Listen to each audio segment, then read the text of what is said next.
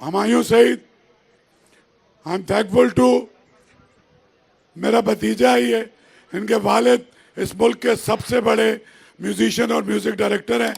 अजहर हुसैन साहब के लिए बहुत सारी तालियां बजाएं कि जिनकी तरबियत की वजह से यहाँ पहुँचा है, और हुमायूं तो खुद अपनी तरबियत की वजह से पहुँचा है, तो हुमायूं के लिए ज़्यादा तालियां बजाएं। तो एक हमारा म्यूजिक इंडस्ट्री का और एक थिएटर और ड्रामा इंडस्ट्री का सुपरस्टार। तो ये लीजिए। अस्सलाम वालेकुम एवरीवन। अस्सलाम वालेकुम। अस्सलाम वालेकुम। और अप्सा कोमल स्पेशली इस प्रोग्राम के लिए इस्लामाबाद से आई हैं और हमारी टॉप एंकर हैं, इनके लिए भी बहुत सारी तालियां। बहुत शुक्रिया। आदाब कराची। बहुत अच्छा लग रहा है। आज 70वीं आलमी उर्दू कॉन्फ्रेंस में ख़ास बात है, हम हर बार यहाँ पर आते हैं और दुनिया जहान की बातें करके जाते हैं, तो इस बार सेलिब्रेट किया जा रहा है कराची के वो तोहफे जिन्होंने दुनिया भर में पाकिस्तान को रिप्रेजेंट किया, और कराची के लिए का फ़ख्र हैं। आप सबकी तालियों से अंदाज़ा नहीं हो रहा कि आप इतने एक्साइटेड हैं, तो एक बार भरपूर तालियों में इस्तकबाल कीजिए हुमायूं सईद और आसिम अजहर का। कहते हैं कि एक म्यान में दो तलवारें नहीं हो सकती, लेकिन ये उर्दू कॉन्फ्रेंस का ही एजाज़ है कि एक स्टेज पे दो सुपरस्टार्स हो सकते हैं। तो अब हम इनसे पूछते हैं कि कराची शहर जिससे आप सबका भी ताल्लुक़ है, जो हमारी, मैं हालांकि कराची से नहीं हूँ लेकिन मेरी पहली मोहब्बत ये शहर है, तो इन दोनों का बचपन और लड़कपन यहाँ पर कैसा गुजरा, क्योंकि कोई भी पैदाइशी सुपरस्टार नहीं होता, एक दौर गुजरता है, तो इनके लिए वो दौर कैसा था, चाहेंगे कुछ नॉस्टैल्जिया में ले जाएं आप सबको। तो हुमायूं, आपसे आगाज़ करते हैं। कराची में आपकी पैदाइश हुई, यहीं पर आप बड़े हुए, लेकिन हम जो आपको एज अ सेलिब्रिटी जानते हैं, हमें लगता है कि जैसे ही आपने होश संभाला होगा, शीशे में खुद को देखते होंगे एक सेलिब्रिटी की तरह, और बाहर निकलते होंगे तो पापाराज़ी आपका पीछा करती होगी। तो कुछ बताइए कि कैसा रहा आपका बचपन का वक्त, लड़कपन का वक्त, और वो कराची और आज का कराची, क्या चीज़ें आपको ऐसी हैं जो याद आती हैं? मुझे बस गलियों में क्रिकेट खेलना याद आता है। मेरा बचपन भी दूसरों की तरह ऐसे ही था, और मेरे वालिदैन बड़े सख्त थे, मतलब मेरे अब्बू बहुत सख्त थे, तो इजाज़त नहीं थी रोज़ाना खेलने जाने की, या कभी ऐसे टाइम के ऊपर कि अगर रात में कोई नाइट मैच हो रहा है तो बड़ी मुश्किलों से हमें इजाज़त मिलती थी। तो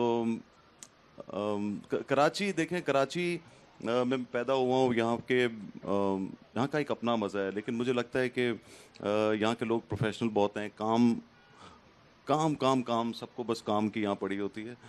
जो मैंने अभी पिछले 20 सालों में देखा है, जो कराची में मेरे ख्याल से पहले ज़्यादा खूबसूरत होता था कराची, अभी उतना नहीं रहा, लेकिन उम्मीद जो है वो पूरी है कि इंशाल्लाह कराची जिस तरह खूबसूरत पहले लगता था वापस लगना शुरू हो गया। आसिम, आप के दोनों वालिदैन जिनका फ़न और आर्ट से ताल्लुक़ रहा, आपने इल्मी अदबी एतबार से भी बहुत सी एक्टिविटी देखी होगी बचपन से। आपकी वालदा इतनी बड़ी फ़नकार थीं, तो आपने यहाँ के वो आर्टिस्ट अपने आसपास देखे होंगे यकीनन अपने बचपन में। क्या ऐसी बातें हैं जो आपकी बचपन की यादें हैं जो आप यहाँ मौजूद लोगों से शेयर करें? बिल्कुल। पहले तो अस्सलाम वालेकुम सबको एक बार फिर से, और आदाब। और मैं सबसे पहले तो शुक्रिया अदा करना चाहता हूँ कि हुमायूं भाई ने मुझे अपने साथ बैठने का इस स्टेज पे, ऑनेस्टली मैं ये हमारे मुल्क के बहुत, दुनिया के हमारे बहुत बड़े सुपरस्टार हैं, and it's an honour for me. और मैंने इनसे रिक्वेस्ट की, क्योंकि एक्चुअली में मेरा एक कॉन्सर्ट भी है थोड़ी देर में, तो मैंने हुमायूं भाई से रिक्वेस्ट की, तो और ये आई थिंक इन्हीं से मैं कर सकता था, बाकी किसी से करता तो मैं करता भी नहीं रिक्वेस्ट, क्योंकि मुझे पता है कि वो उसको बड़े अजीब तरीके से लेते। तो एक बार मैं चाहता हूँ कि हुमायूं सईद साहब के लिए आप लोग सब तालियां बजाएं प्लीज़। बहुत बहुत शुक्रिया जी, बहुत बहुत शुक्रिया। एक कॉन्सर्ट हम आपसे, मिनी कॉन्सर्ट यहाँ भी करवाएंगे, तो आप लोग अगर आसिम का गाना सुनना चाहते हैं तो तालियां बजाएं। ये क्या बात है हुमायूं भाई? नहीं, ये अच्छा हो गया ना, ये देखो मेरा भी जो सेशन था ना ज़रा एंटरटेनिंग हो जाएगा। मैं बहुत खुश हूँ कि तुम यहाँ स्टेज पे मेरे साथ। बिल्कुल। बट आपके सवाल से मुतालिक, आर्ट्स काउंसिल से आर्टिस्ट बनने से पहले भी मेरा एक ताल्लुक़ रहा है, बचपन से बहुत एक खूबसूरत ताल्लुक़ रहा है, क्योंकि मेरे वालिद साहब अज़हर हुसैन साहब, जो कि आज यहाँ पे मौजूद भी हैं, वो उन्होंने मुझे कभी भी ऐसे स्टेज पे नहीं देखा, लेकिन आज क्योंकि आर्ट्स काउंसिल का इवेंट था, and then of course Ahmed Shah sahab की सरबराही में ये सब हो रहा है, तो अब्बू को मैंने कहा कि आज आप प्लीज़ मेरे साथ चलिए, तो वो आज आए हैं। तो उनकी वजह से आर्ट से और इल्मी सेक्टर से काफ़ी बचपन से ही, मतलब जब मैं स्टेज पे चढ़ा मेरे लिए नया नहीं था, क्योंकि मैं वो कई साल पहले 10-12 साल पहले स्टेज के नीचे से ही सब कुछ देख रहा होता था, और उसी की वजह से काफ़ी आर्टिस्ट से और काफ़ी आर्ट के शायद थोड़े से अदब भी सीखे। तो बिल्कुल बहुत खुशकिस्मत रहा हूँ मैं इस सेंस में। आप लोगों का जो रिस्पांस है वो मैं थोड़ा बेहतर एक्सपेक्ट कर रही थी। तो अब आप ये बताइए कि हम हुमायूं से मेरे पास तुम हो की बात करें, या इनका एक और प्रोजेक्ट जिसने दुनिया भर में पाकिस्तान का भी जिक्र हुआ, और वो है द क्राउन, और उसमें लेडी डायना, जिनको कोई नहीं ऐसा शख्स होगा जो ना जानता हो, उनके लव इंटरेस्ट डॉक्टर हसनात का किरदार अदा किया इन्होंने। तो अपना लोहा मनवाया उसमें भी। हुमायूं, आप हमें दोनों में से किसकी बात की जाए? मेरे पास तुम हो की बात करें, क्राउन की बात करें? ओके, क्राउन की बात करते हैं। हुमायूं, ये बताइए कि आपने द क्राउन एक ऐसा प्रोजेक्ट है, दुनिया भर की उसमें नजरें नहीं और पूरी दुनिया में बहुत हिट हुआ। उसमें जब आपको हमने डॉक्टर हसनात के तौर पे देखा तो थोड़ा आपने अपना हुलिया भी तब्दील किया था, एक सिंप्लिसिटी नजर आई, कुछ शायद वेट भी पुट ऑन किया। क्या तकाजे थे उस रोल के? कैसे आप तक पहुंचा ये रोल? जी, मैं क्राउन का बहुत बड़ा फ़ैन था। मैंने सारे सीजन्स देखे हुए थे, और मैंने सोचा भी नहीं था कि कभी मुझे ये कैरेक्टर जो है वो आगे डॉक्टर हसनात का मुझे मिलेगा। बस मुझे एक कॉल आती है और मैं पहले उसको सीरियस लिया ही नहीं उस कॉल को। मैंने कहा ये पता नहीं कोई मुझसे शायद मजाक कर रहा है, लेकिन जब वो मेरी बात हुई तो मुझे पता चला कि उनको मुझ जैसा बंदा चाहिए। और ज़ाहिर है उसका एक तरीक़ेकार होता है, एक प्रोसेस होता है, ऑडिशन होता है। ऐसे नहीं कि बस उनको एक बंदा हुलिये वाइज पसंद है, जो उसका लुक जो है वो मिलता है, तो लेकिन उसके बाद प्रोसेस होता है एक ऑडिशन का, जो मेरे लिए बहुत नया था। मैंने कभी ऑडिशन दिया हुआ नहीं था। बहुत पहले दिया था जब मैं बिल्कुल यंग, पहली बार जब इस काम में आया था। उस वक्त मैंने हमारे एक इकबाल अंसारी साहब डायरेक्टर होते हैं, उनको मैंने ऑडिशन दिया था और मैं फेल हो गया था। तो मुझे हमेशा डर लगा रहता है, या डर रहता है कि मैं ऑडिशन जो है वो दे नहीं सकता। तो खैर मैंने ऑडिशन दिया, और ऑडिशन मैंने दिया, और मैं बीमार था, कोविड हुआ था मुझे। ये वो वाले दिन थे। खुद ही मुझे वो कैमरा रख के वो डायलॉग्स जो भी मेरे पास स्क्रिप्ट आया था वो मैंने बोल दिया, और उसके बाद फिर उनको वो अच्छा लग गया। फिर उसके बाद उन्होंने उस लड़की के साथ जो डायना का कैरेक्टर कर रही थी उसके साथ फिर ऑनलाइन जो है वो ऑडिशन करवाया, और वो भी ठीक हो गया। और फिर उसके कुछ 15-20 दिन के बाद मैं समझा शायद उनको पसंद नहीं आया या कुछ ऐसे हो गया, लेकिन 15-20 दिन के बाद उन्होंने कहा कि आपका सिलेक्शन हो गया। आई वॉज वेरी हैप्पी, और बहुत मज़ा आया। वो एक अलग ही दुनिया है।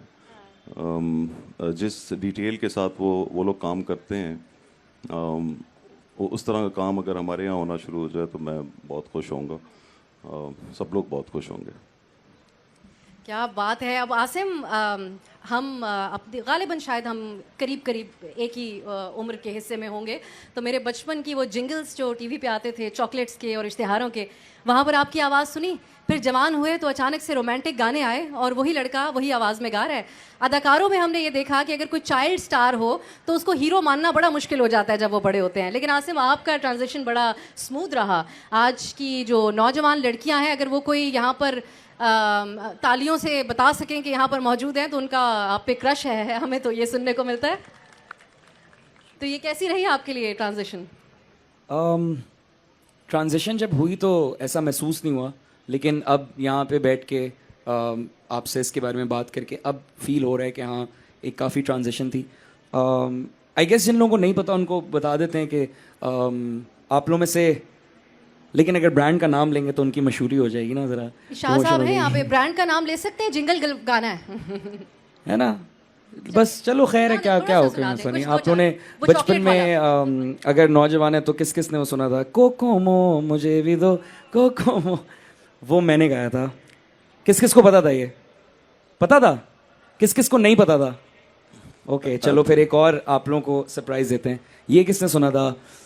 कितना मजा आए रे दुनिया डेयरी मिल्क की वन, सुना? ये किसने गाया है? मैंने गाया है। ये भी पता था आप लोगों को?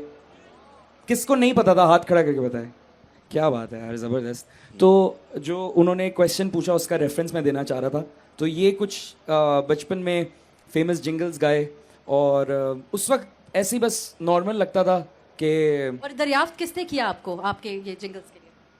ओ हो, ये तो बड़ी मुश्किल। हाँ बिल्कुल, मैं मेंशन करना चाहूँगा हमारे इंडस्ट्री के एक बहुत बड़ी फैमिली है। दे बिलोंग टू लाहौर और पियानो और कीबोर्ड का बहुत बड़ा अगर प्रेजेंस पाकिस्तान में लाए हैं तो उनकी फैमिली का इसमें बड़ा रोल है। मास्टर सादिक साहब, शायद काफ़ी लोगों को नहीं पता लेकिन जिनको पता है, मास्टर सादिक साहब was one of the pioneers of piano. वो ब्लाइंड थे, उनकी फैमिली चलती आई एंड अब उनकी जो 3rd 4th जनरेशन है वो शुजा हैदर, हमारे बहुत ज़बरदस्त शानी हैदर और शानी हैदर, शुजा हैदर। तो उनके एक और भाई हैं विकी हैदर, वो और एक और हमारे बड़े अच्छे भाई हैं ईटी उनका नाम है। और उन्होंने कॉल की कि एक जिंगल है और वो किसी बच्चे से नहीं गाया जा रहा, तो आसिम को भेज दें। आई थिंक अब्बू को या अम्मी को कॉल आई थी तो मैं चला गया और बस मैंने जाके गा दिया और वो आ गया और आज हम उसके बारे में बात कर रहे हैं। और बड़ी दिलचस्प बात यह भी है कि हमें थोड़ा ख़राब भी किया आपने अपने इस जिंगल से। हमने अपने वालिदैन से तकाजा किया कि हमारी गाड़ी चॉकलेट से क्यों नहीं बनी हुई। इस इश्तिहार में तो ये गाना गाते हैं कि हर चीज़ चॉकलेट से बनी होगी। तो अब हुमायूं, हम बहुत से लोगों के जहनों में भी ये सवाल होगा, आपने जिस किस्म के रोल्स किए उसमें या तो आपको एक एंग्री यंग मैन के तौर पे दिखाया गया या एक चॉकलेटी हीरो के तौर पे दिखाया गया। तो क्या ऐसा आपने महसूस किया कि आपके इस इमेज की वजह से कि जो एक लार्जर देन लाइफ किस्म का एक इमेज बना था, बिलखुसूस ख़वातीन में आपकी पॉपुलैरिटी, आपके संजीदा रोल्स जो आप अदा करते रहे उसकी एक पॉपुलैरिटी एक वजह रही कि आपने कैरेक्टर एक्टिंग, क्या आपकी ये ख्वाहिश थी कि आपको इस किस्म के रोल्स भी मिले जिसमें आपका हीरो होना या आपकी लुक्स को एक साइड पे रखा जाए और उसमें आपकी अदाकारी को ही सिर्फ देखा जाए? देखें कि जब आप नए नए आते हैं ना तो आपको बहुत हीरो बनने का ही शौक होता है, असली बात है, और मुझे भी था। और कैरेक्टर्स जिस तरह मैंने किए वो मेरे पसंद के ही थे सब, और काफ़ी सिंपैथी लेने वाले कैरेक्टर्स थे। और आप चाहते हैं कि इस तरह के कैरेक्टर्स करें ताकि लोग आपको पसंद करें। जैसे मेरे पास तुम हो कि एंडिंग आपकी ख्वाहिश के मुताबिक तो नहीं लिखी गई थी बेचारा मेरी बनने के ख्वाहिश लिए? के मुताबिक थी। आज बता ही रहे हैं। नहीं, ऐसे ही था, ऐसे ही था। आपकी क्या ख्वाहिश थी? मैं इनको बोलता था मार दें मुझे बीच में? नहीं, बीच में नहीं, मतलब आखिर में अच्छा। मार दें। वो बंदा ही इस काबिल ही था वैसे। ऐसा नहीं होना चाहिए ना मर्द हजरात को। नहीं, हाँ, नहीं होना चाहिए ऐसा। क्यों अपनी बीवी को इतना तंग रखा होता, ना पैसे देता था ना कुछ था, और वो बड़ा होपलेस सा बंदा था। वो उसको लड़की छोड़ के चली गई थी उसकी बीवी। मैं आपको बता रहा हूँ, उसकी ज़िंदगी में कोई भी आती ना वो दूसरी वाली भी भाग जाती। तो मैंने कहा था इस बंदे को मार दें। और लोगों को बहुत दुख हुआ था, काफ़ी शोर मचा था। मैं सिनेमा में एक्चुअली वो लास्ट एपिसोड देख रहा था तो मैंने नोट किया कि वो ड्रामा ख़त्म भी हो गया, ज़ाहिर है मैं उसमें मर गया और ड्रामा ख़त्म हो गया, तो 5-8 औरतें एक लाइन में बैठी हुई थी और सब उठ के जा चुके थे, वो वैसे ही बैठ के रो रही थी। तो मैं उनके पास गया, मैंने कहा मैं यहीं खड़ा हूँ, मरा नहीं हूँ, प्लीज़ आप लोग अब चले जाएं, ड्रामा ख़त्म हो गया और मैं हूँ अभी, कोई ऐसा नहीं मसला। तो वो मेरे ख्याल से वो आज जो जितनी बात होती है उसकी एंडिंग के ऊपर, वो इसीलिए होती है कि मैं मर गया, और ये अच्छा हुआ।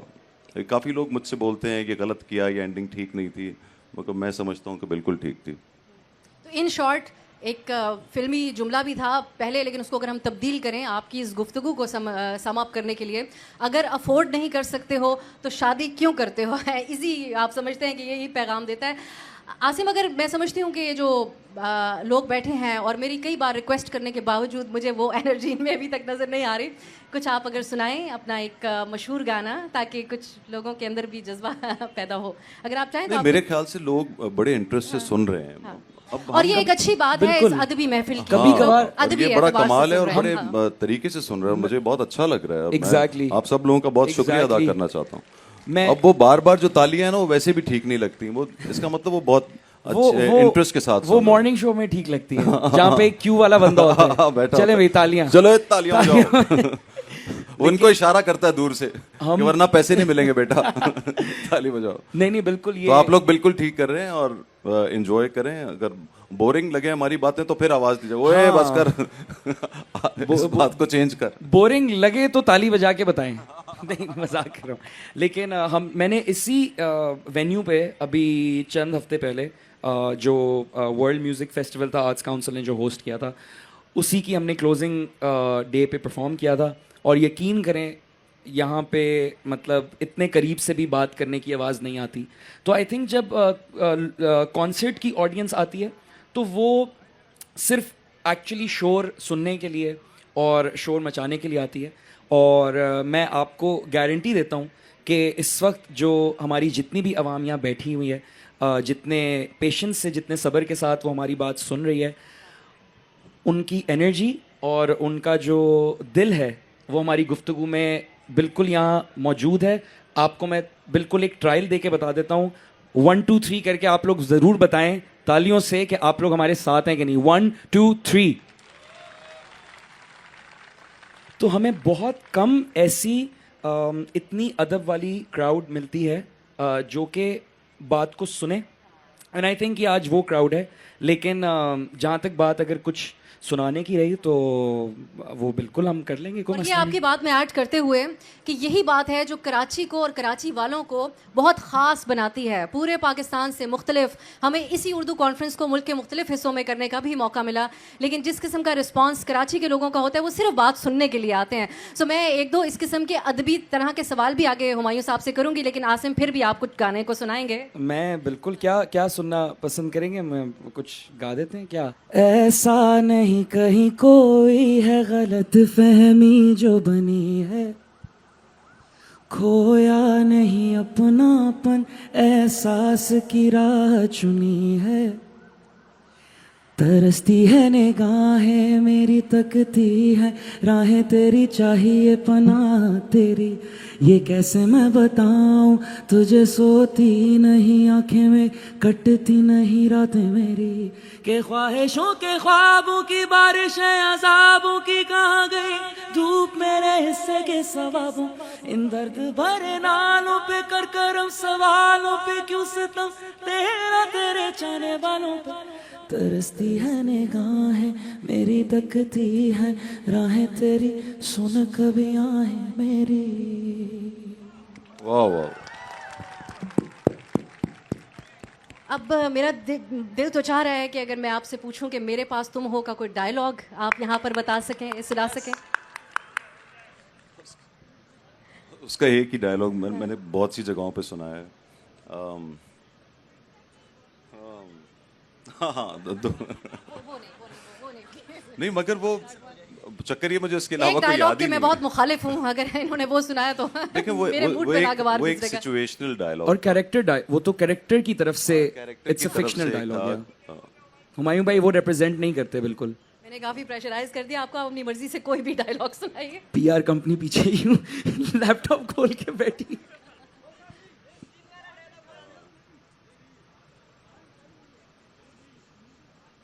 मुझे याद ही आप कोई और सवाल करें मैं उसके मैं बाद एक रिक्वेस्ट कर सकता हूँ। मैं एक आइडिया है, बल्कि रिक्वेस्ट नहीं, एक पंजाब नहीं जाऊंगी का भी बड़ा जबरदस्त एक आपका मोनोलॉग था, उससे भी कुछ वो था हेल्प हेल्प मी दुर्दाना वो ऐसा था उसका, रोटी खोल दे शफीक अहमद। वो सही है, सारे डायलॉग तो इनको याद हैं। अच्छा, अब हुमायूं एक बहस रहती है, वो ये है कि ड्रामा और आप तब जैसे बड़े बड़े अदाकार जो हैं उनका ज़्यादा फोकस कई साल ड्रामा पे रखने, क्योंकि हमारे यहाँ फिल्में उस तरीके से नहीं बन रही थी। जब से एक रिवाइवल हुआ तो आपकी बहुत बड़ी जो सुपरहिट फिल्में हैं वो आपकी फिल्में आई, लेकिन आप प्रोडक्शन भी करते हैं, आप बहुत बड़े ड्रामाज हैं जो आपकी तरफ से बनाए जाते हैं, आपके प्रोडक्शन हाउस की तरफ से।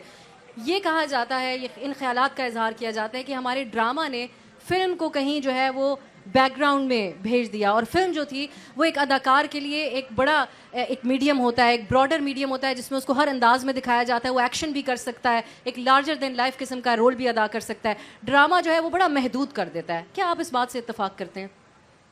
देखिए, ड्रामे की अपनी एक, क्योंकि जब आप 13 किस्तें करते हैं ना तो उसका स्क्रीन प्ले डिफरेंट होता है, या 13 किस्तें या 30 किस्तें या 50 किस्तों का ड्रामा जो होता है, उसका जो क्राफ्ट है वो डिफरेंट है।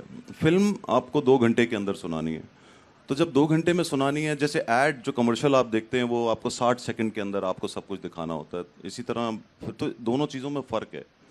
मैं फिल्म की वजह से इस फील्ड में आया था। मेरा इंटरेस्ट जो है हमेशा से फिल्म का था। लेकिन यहाँ पे मैंने देखा कि उस वक्त जब मैं आया तो फिल्म इंडस्ट्री ज़रा नीचे जा रही थी। मुझे एक फिल्म मिली जो मैंने की, जो मुझे पसंद आई थी और अच्छी भी थी, इंतहा। समीना पीरज़ादा ने वो डायरेक्ट की थी, वो मेरी पहली फिल्म थी। तो वो फिल्म बहुत अच्छी रही, बड़े तरीके से, बहुत अच्छे स्क्रिप्ट राइटर हैं हमारे, उन्होंने वो फिल्म लिखी थी। बस उसके बाद मैंने देखा कि सिनेमा हॉल्स ही नहीं अच्छे थे, अब वो पुराने हो चुके थे। वहाँ पे लोग सीरियसली आप फिल्म देखने जाते थे, 3 घंटे बैठा नहीं जाता था उन सीट्स के ऊपर। तो ये एक बहुत बड़ा सेटबैक था। और फिर उसके बाद हुआ क्या कि आफ्टर 10 इयर्स, 2010-8-9 में सिनेमाज, ये सबसे पहला बना यहाँ पे एक सिनेप्लेक्स बना, एट्रियम। और उसकी वजह से आपने देखा कि जो लोग जो सिनेमा जाना छोड़ चुके थे वो दोबारा, पढ़े लिखे लोग या अच्छी फैमिलीज भी आना शुरू हुई हैं। सिर्फ ये नहीं था कि पहले तो सिनेमा इस तरह के थे कि उसकी 10 रुपए की अगर टिकट है तो आपको ऑडियंस ही अलग मिलती थी, तो अब हर किस्म की ऑडियंस आना शुरू हो गई। तो तब मुझे ये ख्याल आया कि मुझे पहली फिल्म अपनी बनानी चाहिए, और मैंने वो फिल्म बनाई थी मैं हूँ शाहिद आफरीदी। जबकि वो स्पोर्ट्स फिल्म थी, उसके अंदर मेरे साथ कोई ब्रांड भी था साथ, तो मेरी और हिम्मत बढ़ी कि मैं वो फिल्म बनाऊं।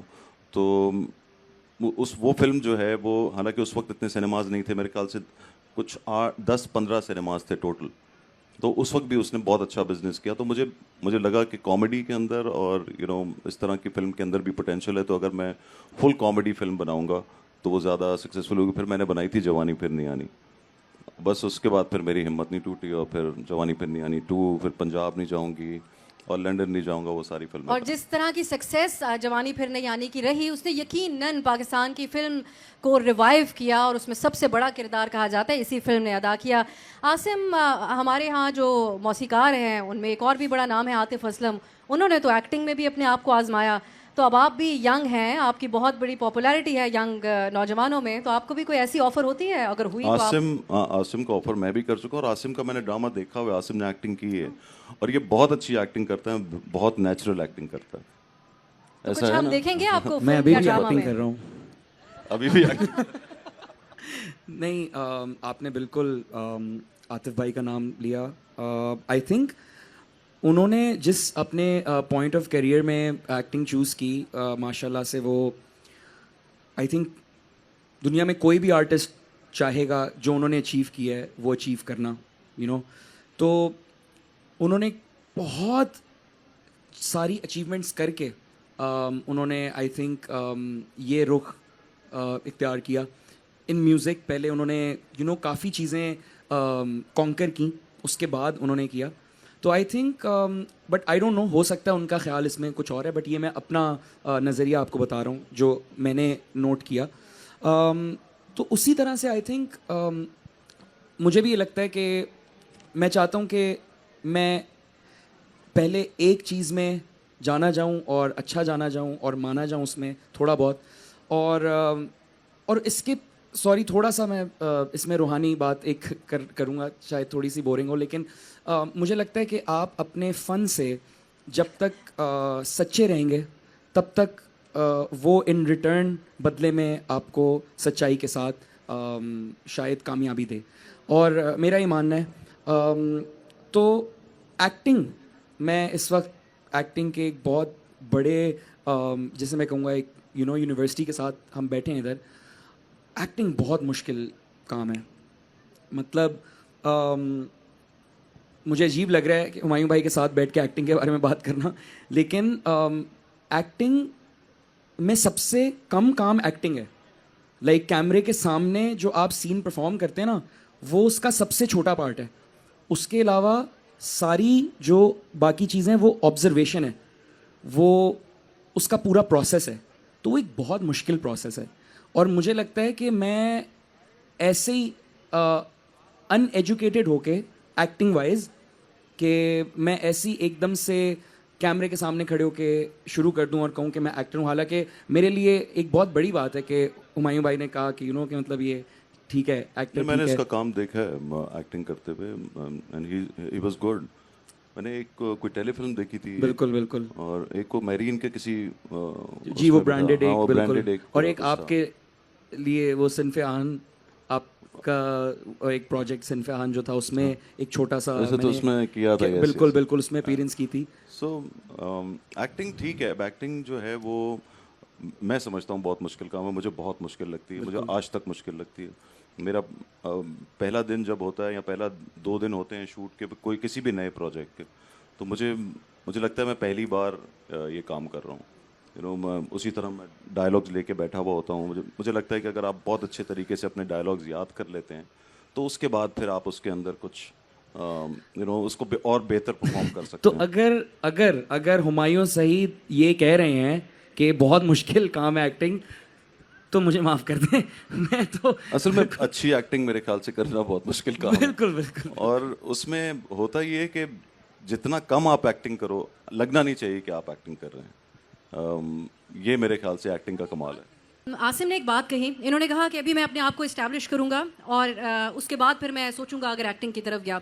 अब कोई खातून अगर ये बात कह रही होती तो सामने लोगों ने सवाल पूछना था कि क्या तुमने हीरो की खाला का रोल करना है, अपने आप को कितना अरसा इस्टेब्लिश करोगी। एक उम्र की हद जो है वो बना दी गई औरतों के साथ।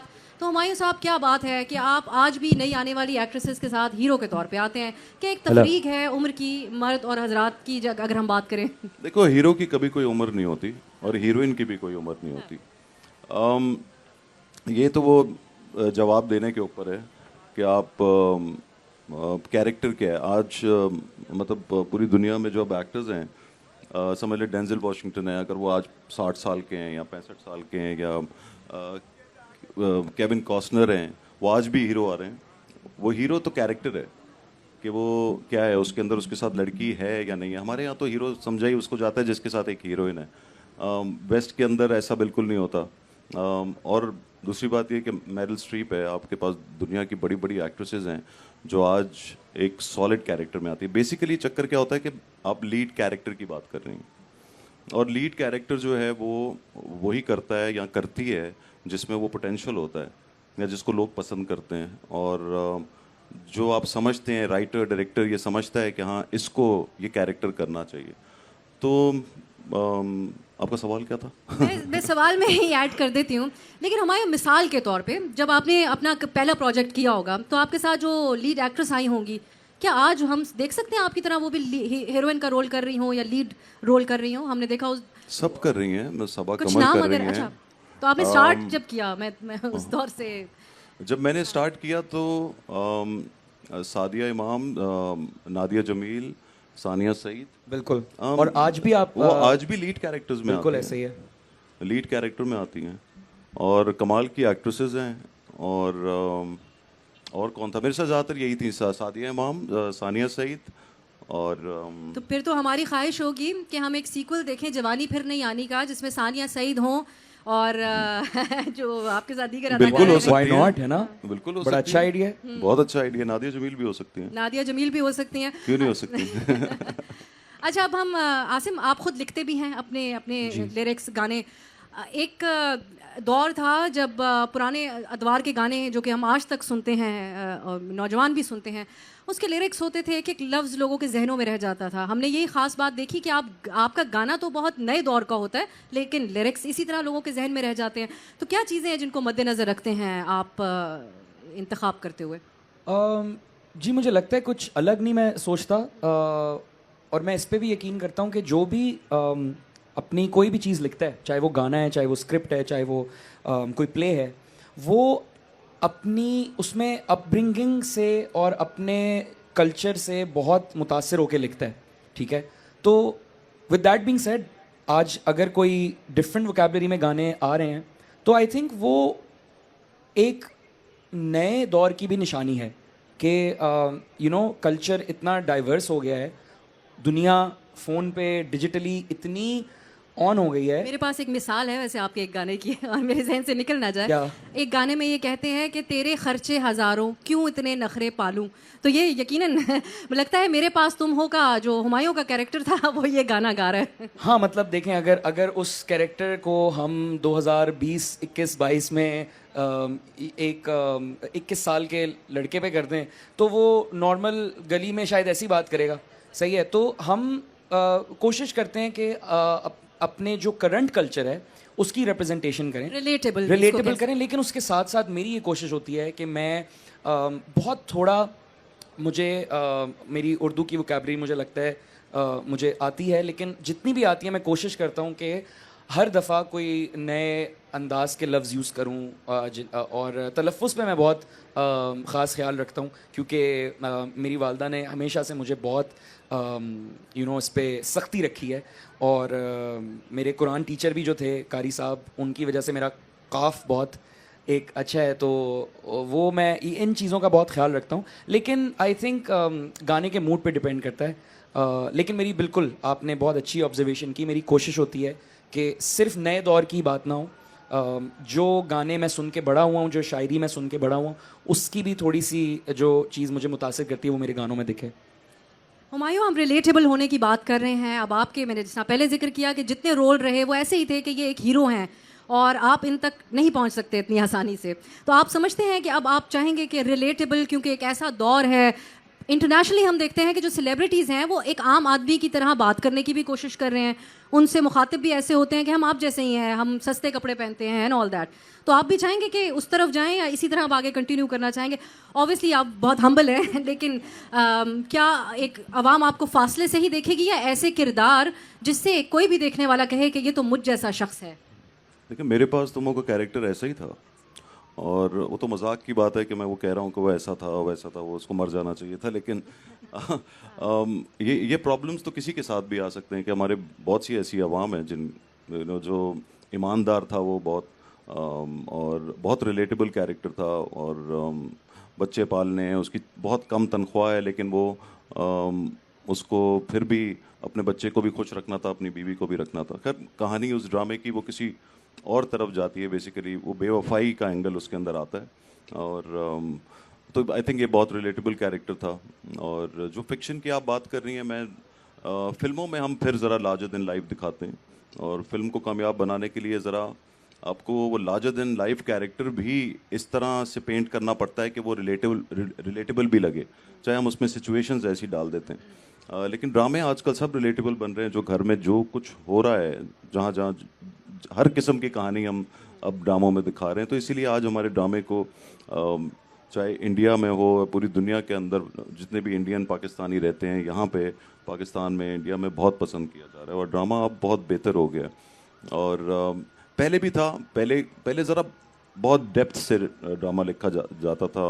अब मैं देखता हूँ कि क्योंकि बहुत ज़्यादा काम हो रहा है तो उसके अंदर वो वाली डेप्थ नहीं रही। लेकिन कुछ राइटर्स हैं हमारे, चाहे उमेरा हो या खलील साहब हो या और फ़रत इश्तियाक हैं, आफरीदी एक राइटर है हमारे, वो बहुत बहुत अच्छा लिखते हैं।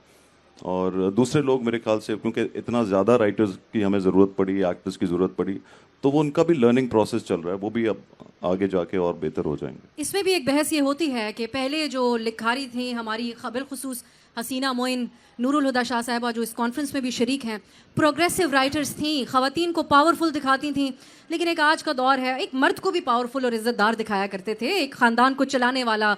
और जो तस्वुर है हमारे यहाँ, हमारे कल्चर में बिलखुसूस, आप हुमायूं ये महसूस करते हैं कि ये सिलसिला थोड़ा बीच में बदल रहा बहुत है? ज़्यादा हो गया था कि हर जो मर्द था वो जुल्म कर रहा है और औरत पे सिर्फ जुल्म हो रहा है और वो बर्दाश्त किए जा रही है। लेकिन ये सब अब पिछले कुछ 2-4 साल से 5 साल से बदल गया। बहुत से ऐसे ड्रामाज आए हैं जिसमें बड़ी प्रोग्रेसिव औरतें दिखाती हैं। अब औरत जो है वो स्टैंड लेते हुए दिखाई है, काम करती है और वो मेहनत करती है, वो अकेली अपनी 5 बहनों को पाल रही है या उनके लिए काम कर रही है। ये सब अब ड्रामों में बहुत ज़्यादा दिखाया जा रहा है। तो मेरे ख्याल से वही होता है, एक टाइम ऐसा आता है भी, लाइक आप लोगों ने, मैं मेंशन करना चाहूँगा सिनफ़े आहन, एक बहुत ही मतलब एक मॉन्यूमेंटल प्रोजेक्ट था, वुमेन एम्पावरमेंट सेंट्रिक, और वो कॉन्सेप्ट बहुत खूबसूरत था तो मतलब लाइक पिछले 2-4 सालों में आई थिंक नरेटिव अब बदल रहा है, बहुत ज़्यादा चेंज। ज़रूरत भी है। तो वो जैसी आप बात करें वो बिल्कुल ठीक कह रही हैं कि एक टाइम ऐसा आया था, क्योंकि कमर्शियल ड्रामा, कोई एक ड्रामा ऐसा हिट हो गया कि जिसमें औरत रोते हुए रो रही है और उसके ऊपर जुल्म हो रहा है, तो फिर उसको देखा देखी बहुत सारे ड्रामे बने हमने थे। थोड़ा ग्लैमराइज भी कर दिया रोती हुई औरत को, कि रोती हुई ज़्यादा अच्छी लगती है, हंसती हुई इतनी अच्छी नहीं लगती है। लेकिन वैसे आसिफ, आपस की बात है कि औरत को ये देख के बड़ी खुशी होती है जब औरत रो रही होती है, क्योंकि वो रिलेट करते, कहती है मेरे साथ भी ऐसा ही हो रहा है। आप जैसे नहीं देखती दो औरतें बैठी हो तो वो आपस में बात कर रही हो, एक रोने लगती है तो दूसरी खुद ब खुद रो पड़ती है। तुम ठीक कह रही हो बहन, तुम बिल्कुल ठीक कह रही हो। तो ये हम इसलिए भी वो ड्रामे बहुत चले थे, और बाकी उनकी रेटिंग भी बहुत आती थी जिसमें औरत रो रही होती थी, और ये पूरा सोच समझ के ड्रामा उस तरह बनाया जाता था। लेकिन यस, अब ड्रामे को चेंज करने के लिए हमने फिर औरत को स्ट्रांग भी दिखाया। ये खुदा की कुदरत है, खुदा ने औरत को ऐसा बनाया है जिसके अंदर जज्बात बहुत ज़्यादा होते हैं, खा वो खुशी के हों या दुख के हों। आसिम, म्यूज़िक की अब अगर हम बात करें, पाकिस्तानी म्यूज़िक कोक स्टूडियो के ज़रिए, आपके गानों के ज़रिए, आपकी वीडियोस पूरी दुनिया में जाती हैं। हमारे पड़ोसी मुल्क भारत में आप लोग एक ऐसा सेलिब्रिटी स्टेटस रखते हैं कि वहाँ के कॉन्सर्ट हों अगर हमारे म्यूजिशियंस के या हमारे ड्रामा आर्टिस्ट के भी, तो शायद वहाँ के लोकल सेलिब्रिटी से ज़्यादा लोग वहाँ पर पहुँच जाएंगे। आप बैनुल अक़वामी सतह पे कॉन्सर्ट्स वगैरह भी करते हैं, आपको यकीनन दूसरे मुल्कों से आपके फैंस मिलते होंगे।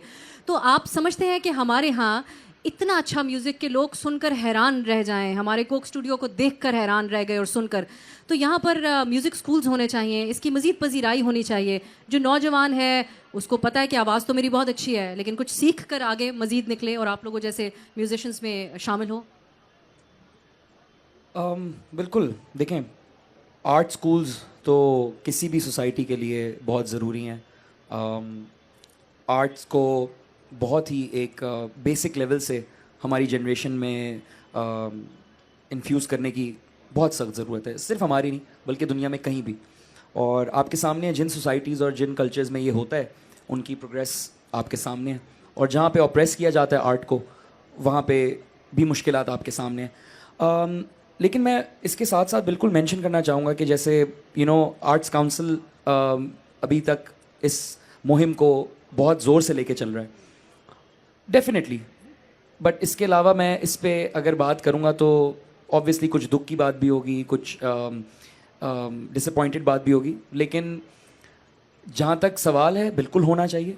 लेकिन उसके साथ साथ हमारे पाकिस्तान, एक बड़ी ख़ूबसूरत और फ़नी बात है कि पाकिस्तान का आर्ट, मुझे लगता है, और इवन कोई भी स्किल पाकिस्तान की, राइट, चाहे वो क्रिकेट हो, चाहे वो आर्ट्स हो, चाहे कोई भी हो, वो दुनिया भर में इस तरीके से शाइन भी मुझे लगता है इसलिए करता है क्योंकि वो रॉ होता है, क्योंकि हम इतनी मुश्किलों से आगे आए होते हैं, हम इतने लोगों के ना सुन के और इतनी लोगों की रिजेक्शन के बाद, इतने मरहलों के बाद हम वहाँ तक पहुँचते हैं कि जब हम वहाँ पहुँचते हैं और हमारा आर्ट निकलता है तो वो वाकई दुनिया को अमेज़ कर देता है। तो ये वाकई एक बहुत ही, इस मुल्क का जो स्किल लेवल है ना, वो एक अजूबे से कम नहीं है कि जितनी भी इस पे सप्रेशन होती है उसका आर्ट उतना ही ज़ोर से बोलता है। बट देन अगेन, ये मैं ये नहीं कहूँगा कि बहुत अच्छी बात है, ये एक डिबेटेबल बात है, और स्कूल होना चाहिए, बिल्कुल होना चाहिए, ऑफ कोर्स होना चाहिए। और इसमें ये ऐड करते हुए, हम इतने अच्छे दिल के लोग हैं हम पाकिस्तानी। एक ग्लोबल अभी सर्वे आया था, एक इंडेक्स है जिसमें पाकिस्तान सफ़े नंबर 1 के ऊपर है एक दूसरे का ख्याल रखने वाले, एक दूसरे का एहसास करने वाले लोगों में। तो यकीनन ये तो है कि हमारे दिल इतने अच्छे हैं और इतना रॉ ये टैलेंट है जो लोगों तक पहुंचता है तो लोगों को दिलों में पहुंचता है। अब हुमायूं, आपका एक और कमेंट ज़रूर, मैं इस पे जो जो आसिम ने बात की, उसके बाद आप लोगों के क्लोजिंग कमेंट्स होंगे, क्योंकि मुझे इशारा दे दिया क्या कि अब हमें क्लोज़ करना है सेशन। जो आसिम ने बात की, हम बड़े मुख्तलिफ अदवार से गुजरे हैं और आपका भी जो एक्सपीरियंस है उसमें आपने देखा जो मुल्क की सियासी हालात रहते हैं उसका भी एक बड़ा असर रहा। जो अदवार पाकिस्तान ने देखे, कंजर्वेटिव माहौल भी बना, उसमें कहानी कहना बहुत मुश्किल हो गया था।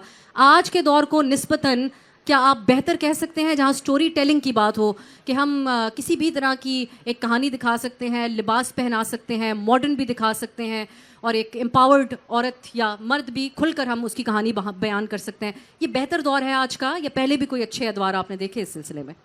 नहीं, मेरे ख्याल से पहले मुझे लगता है कि कहानियों के लिए ज़्यादा आज़ादी थी, मुझे तो ऐसे लगता है। और अभी जो है वो काफ़ी हद तक सेंसर का काफ़ी दबाव होता है। लेकिन लिबास जहाँ तक है वो तो मैं समझता हूँ कि वो ठीक है, ऐसा ही होना चाहिए कि आप इतनी आपको छूट नहीं होनी चाहिए कि आप हर किसी भी किस्म का लिबास दिखा दें, लेकिन कहानियों की छूट ज़रूर होनी चाहिए। और मुझे अच्छा लगता है कि जब हमारे यहाँ तो हम जो मियाँ बीवी भी दिखाते हैं तो उसका भी हाथ पकड़ने में, लेकिन मैंने देखता हूँ कि हालांकि पूरी दुनिया बहुत आज़ाद है, सब है, लेकिन वो हमारी इसी बात को बहुत उसकी तारीफ़ करते हैं। जैसे इंडियन बहुत से मेरे दोस्त हैं, कहते हैं हम ड्रामा देखते हैं यार, हम फैमिली के अंदर बैठ के देखते हैं और हम ये फील करते हैं कि आप लोग बगैर हाथ लगाए भी वो इमोशन पूरा दे देते हैं। तो ये एक मेरे ख्याल से अच्छी बात है। और मैंने रिसेंटली ना हमारे भाई ये पड़ोसी मुल्क से बहुत ज़्यादा कमेंट सुना है कि यार आप लोगों का आर्ट और आप लोगों के ड्रामा स्पेशली हमें इसलिए इतने पसंद आते हैं क्योंकि हम अपने हर फैमिली मेम्बर के साथ बैठ के उसको कंफर्टेबली देख सकते हैं। सो आई थिंक ये एक और पाकिस्तान हमारा एक बड़ा ये सक्सेसफुल अचीवमेंट है, वही वाली बात कि बिना कोई बाउंड्रीज तोड़े फैमिली सेंट्रिक कंटेंट की बिना कोई बाउंड्रीज तोड़े अगर हम वो इमोशन ऑडियंस तक पहुंचा रहे हैं तो ये बहुत बड़ी बात है।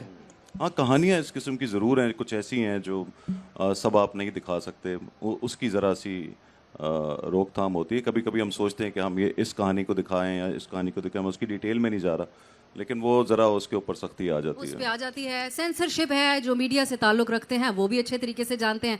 सेल्फ सेंसरशिप भी एक चीज़ है, वो भी हम सब बेहतर अंदाज में जानते हैं। क्लोजिंग कमेंट होगा आसिम, कराची के लोगों को एक पैगाम दीजिए और बिलखसूस नौजवानों को। हो सकता है हमारे सामने जो ऑडियंस है इनमें एक ऐसा ही मुस्तकबिल का सुपरस्टार भी मौजूद हो जो आपकी बात सुने और उसमें वो कॉन्फिडेंस आए कि वो भी खुलकर अपना जो आर्ट फन का मुजाहरा करना शुरू करे। आपका नौजवानों के लिए क्या पैगाम है? बस एक ही पैगाम है कि ख़ुद को और अपने आगे आने वाली जनरेशन को टॉलरेंस सिखाएं, एक दूसरे के लिए सब्र सिखाएं, एक दूसरे की राय के लिए, एक दूसरे की ओपिनियन के लिए। हो सकता है आपके साथ वाले की जो राय हो या ओपिनियन हो वो उससे आप इख्तलाफ करते हो, लेकिन उसका ये मतलब नहीं है कि हमें उससे दुश्मनी कर लेनी चाहिए। तो बस मेरा मैसेज ये है, क्योंकि जब ये होगा तब यकीन करें सोसाइटी हमारी और ज़्यादा अमन और प्यार से भर जाएगी।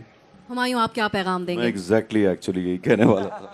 क्योंकि मैं जो सब्र जो है ना, मैं देखता हूँ कि ये उसकी बहुत कमी है हमारे नौजवानों में। जो मैंने देखा है कि क्या इवन गाड़ी किसी को लग गई है, किसी ने गाड़ी मार दी है, तो मैं देखता हूँ कि फ़ौरन बाहर निकलते हैं, चाहे वो नौजवान हो या बड़े हों या छोटे हों। मैं देखा है कि वो मरने मराने पे आ जाते हैं और पूरा ट्रैफिक रोक देंगे और एक दूसरे को गालियाँ देंगे। मेरे ख्याल से एक्सीडेंट होता है। तो जो भी आप, कभी मेरे साथ भी ऐसा हुआ है कि मेरी गाड़ी किसी ने पीछे से मारी, 1 मिनट के लिए आता है गुस्सा, लेकिन मेरी कोशिश होती है कि मैं बिल्कुल बाहर निकल के लड़ने ना लगूं, बल्कि उल्टा उसको भी पूछता हूं कि भाई तुम ठीक हो कि नहीं हो। तो मेरे ख्याल से पेशेंस और सब्र जो है वो इस चीज़ की कमी है हमारे यहाँ। टॉलरेंस का, सब्र का और तहम्मुल का पैगाम दिया। पाकिस्तान के 2 सुपरस्टार्स आपके सामने मौजूद थे, इनका तालियों से इनको रुखसत कीजिएगा।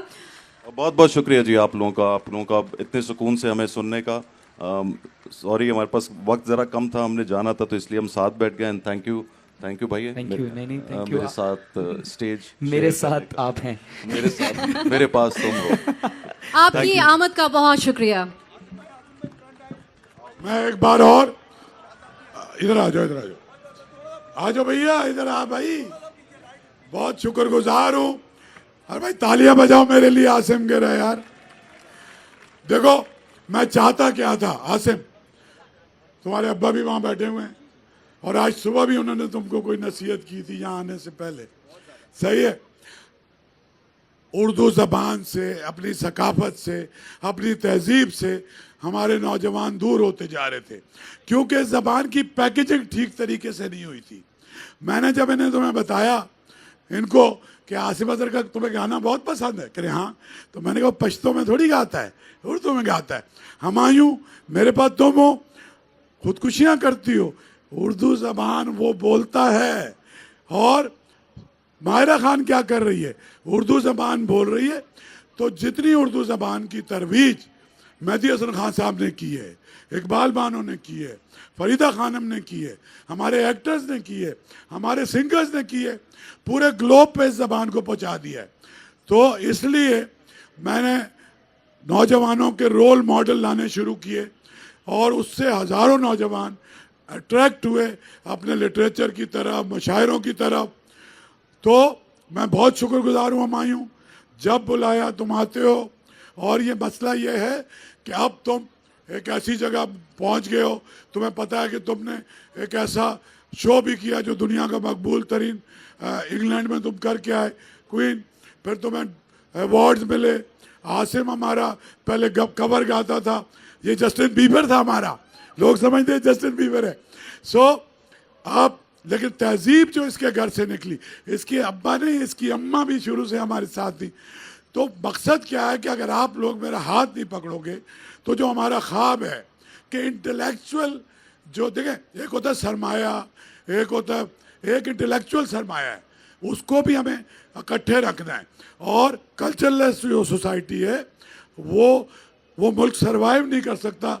सकाफत तो आप लोग हमारे इंटरनेशनल सुपरस्टार हैं, आप लोग आए और हमेशा आए। अभी तुम जब आए थे 50,000 लोग थे, इसमें 20-30 हज़ार बाहर थे, तो ये तो मैं देखने आए थे, आज तुम दोनों को देखने आए। तो बहुत बहुत मैं शुक्रगुजार हूँ हुमायूं तुम्हारा। और अफसा कोमल, तुम्हारा भी बचपन में सही नाम रखा गया था, तुम्हारा भी बहुत शुक्रिया।